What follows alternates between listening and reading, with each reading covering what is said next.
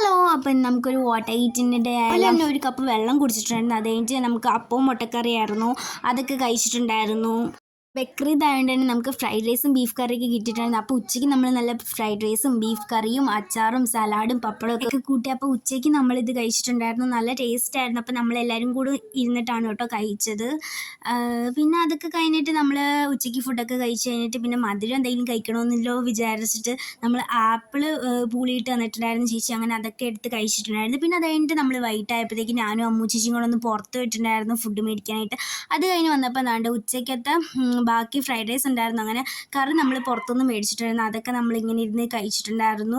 ഉച്ചയ്ക്കത്തെ ആണെങ്കിൽ നല്ല ടേസ്റ്റ് ഉണ്ടായിരുന്നു കേട്ടോ നൈറ്റ് കഴിക്കാനും. പിന്നെ അത് കഴിഞ്ഞിട്ട് നമ്മൾ KFC ഒക്കെ മേടിച്ചിട്ടുണ്ടായിരുന്നു. അതും കഴിച്ചിട്ടുണ്ടായിരുന്നു. വയറൊക്കെ നിറഞ്ഞിട്ടുണ്ടായിരുന്നു. എന്നിട്ടും ഇത് മേടിച്ചില്ലെന്ന് പറഞ്ഞ് കഴിച്ചിട്ടുണ്ടായിരുന്നു. അത് കഴിഞ്ഞ് നമ്മളൊരു സ്നിക്കേഴ്സ് ഒക്കെ കഴിച്ചിട്ടുണ്ടായിരുന്നു. അപ്പോൾ ഇന്ന് ഇത്രയൊക്കെ കഴിച്ചിട്ടുള്ളൂ. അത് കഴിഞ്ഞിട്ട് ഞാൻ പോയി കിടന്ന് ഉറങ്ങിയിട്ടുണ്ടായിരുന്നു.